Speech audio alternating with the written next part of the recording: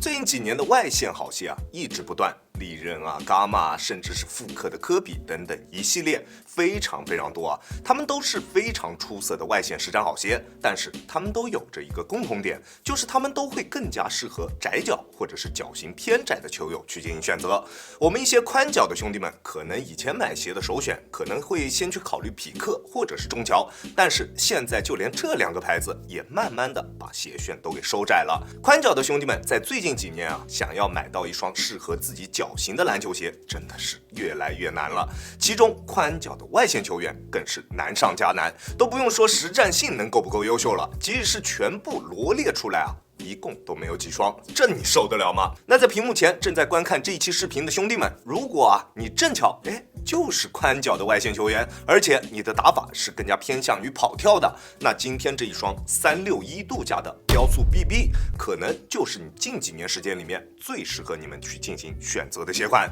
OK， 我们先来看一下这一双鞋的整体配置。中底使用了全掌的超临界，大底也用上了类似于李宁的 GCU 或者是 SPO 的 SPS 差不多类型的外底橡胶。361度假的这个叫做 RPU， 反正东西都差不多，名字什么的并不是特别重要，好吧。中底前叉的大碳板什么的也都给我们了，而且整一双鞋的重量非常轻质，号称是361度至今为止最轻的篮球鞋，没有之一。单支42.5码的重量不到330克，非常出色的一个重量表现。穿这一双鞋打球它一定不会成为你在球场上的负担。那基础配置聊完，接下来我们来看看这一双鞋在实战方面的表现究竟如何。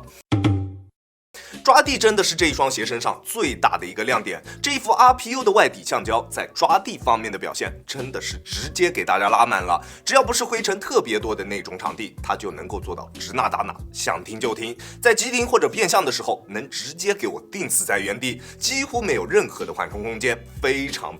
极致的一个抓地表现。但是这么顶级的一个抓地是需要大家花一点时间去进行适应的，因为我相信很多在屏幕前观看这一期视频的兄弟们都没有体验过如此极致的一个抓地力，所以在第一次穿的时候一定要先到场上去感受一下它的抓地，稍微去做几个变向，做几个急停，适应一下，让你的膝盖脚踝都去感受一下它这一个如此出色的抓地，不要一拿到手就直接上脚去打一些高强度的球局，尽量避免一些不必要的伤病，好吧。当然除了它 T0 级别的抓地力之外，它在耐磨方面的表现也还算不错，起码不至于橡皮擦。但是因为它的大底纹路非常浅，所以要用来打外场，我觉得还是会有一些勉强。如果要购买这一双鞋的，那尽量还是就在室内的木地板上面使用就好了，好吧。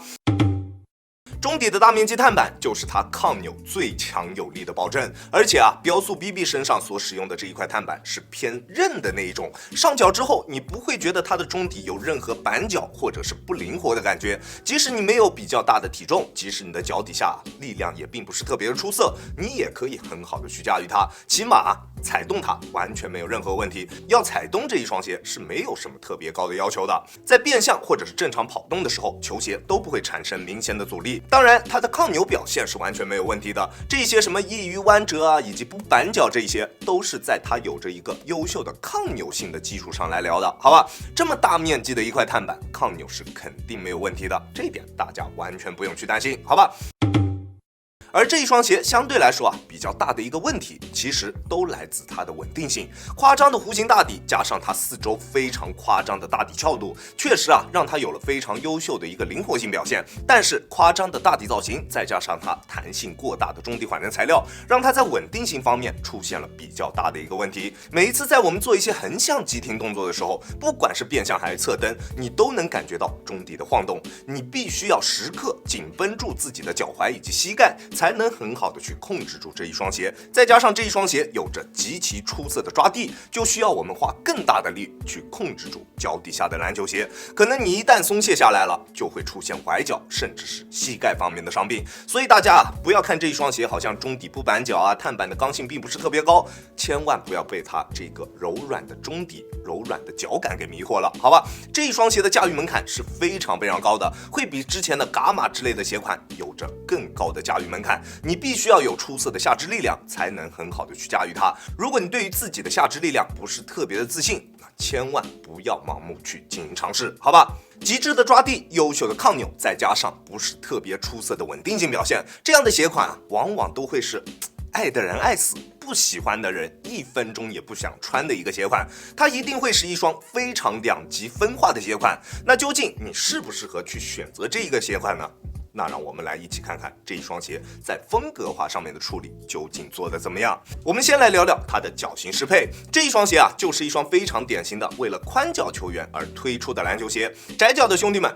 根本看都不用看，即使正常脚型，我觉得都不是特别的推荐。一定要是脚型偏宽的球员，才能在这一双鞋身上得到比较好的包裹锁定。如果你跟我一样，脚型稍微有那么一点点偏窄，那当我们在穿这双鞋的时候，就会有一种牙签搅水缸的无力感。在尺码的选择方面，我平时耐克穿42.5，李宁穿42，这一双鞋我选择42.5，在长度方面是比较合适的，但是对于我个人来说它的前掌真的太宽了，而且因为它的鞋带孔布局相对来说会比较靠后，通过鞋带完全没有办法调节它在前掌的这一个包裹，即使把鞋带拉得非常非常紧，前掌依旧还是很空。每一次在我做一些侧向蹬地或者是大幅度变向动作的时候，都能感觉到双脚在鞋内的位移，而且位移的距离非常大，在变向的时候甚至我都感觉到我的指骨已经触及到了它中间的这个凹槽的位置了，然后再要去发力去蹬的时候，总感觉脚底下有那么一点点不太顺，不是特别得劲儿。这也是我为什么不推荐窄脚或者是正常脚型的兄弟们去选择这一双鞋的最主要原因。当然除了前掌的包裹锁定，对于像我这样的窄脚来说，确实会比较松散之外，其他不管是中段还是后段的包裹锁定，它的表现都非常出色。整一个鞋脚一体性其实还是比较不错的，鞋面能够很好的带起它的中底。不过前掌的锁定对于我来说总归还是差了那么点意思，在实战的过程中还是会有轻微的顶脚趾情况出现。好在对于实战的影响并不会特别大，这一点大家放心。而它的鞋面在强度以及透气性方面的表现也都非常棒，大面积的网面加上针对性较强的纱线，并且在主要的受力点位置处都加上了热熔材料的额外补强，强度大家完全不用去担心。在变向的时候，鞋面能够很好的兜住我们的双脚，即使像我这样的体重也完全没有问题。所以体重在200斤以内的兄弟们都可以去放心选择，好吧？而它的中底是非常有魅力的一副中底，整一个中底的调教特别弹，加上它优秀的重量控制以及激进的大底造型，在跑动时整一个步态是非常顺的，非常的轻盈，有一种在穿着一双跑鞋打篮球的感觉。直线的跑动真的非常爽，非常的轻快。而且在加入了中底的前插碳板之后，在我们大力蹬地加速突破的时候，中底还能提供给我们非常明显的力反馈，会有非常明显的中底推进感，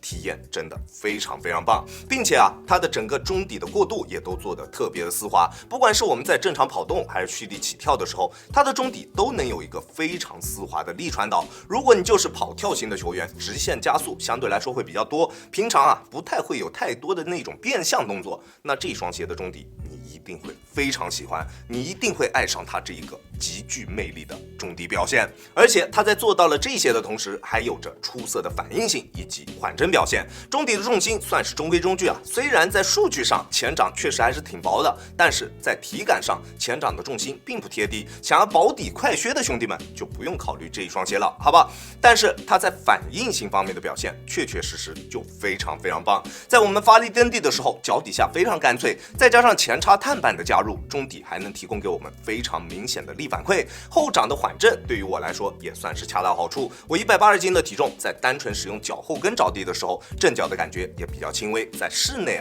是完全够用了。但是它的这些优点全都集中于直线的运动，不管是跑还是跳，确实它的表现都非常棒。但是在横向运动的时候，不管是变向还是在我们做一些防守滑步的时候，它中底的弱点就会完全的暴露出来，稳定性差以及过于灵活都是它比较明显的缺点，一般人真的没有办法很好的去驾驭它。现在我们很多的国产品牌都在把跑鞋和篮球鞋做结合，想要让篮球鞋拥有更加出色的跑动感受，这一点这一双标速 BB 确实做到了，跑动的感受确实非常棒。但是361度好像忘记了，篮球这一项运动其实横向的移动反倒会更加重要。那这一双标速 BB 算得上是一双合格的篮球鞋吗？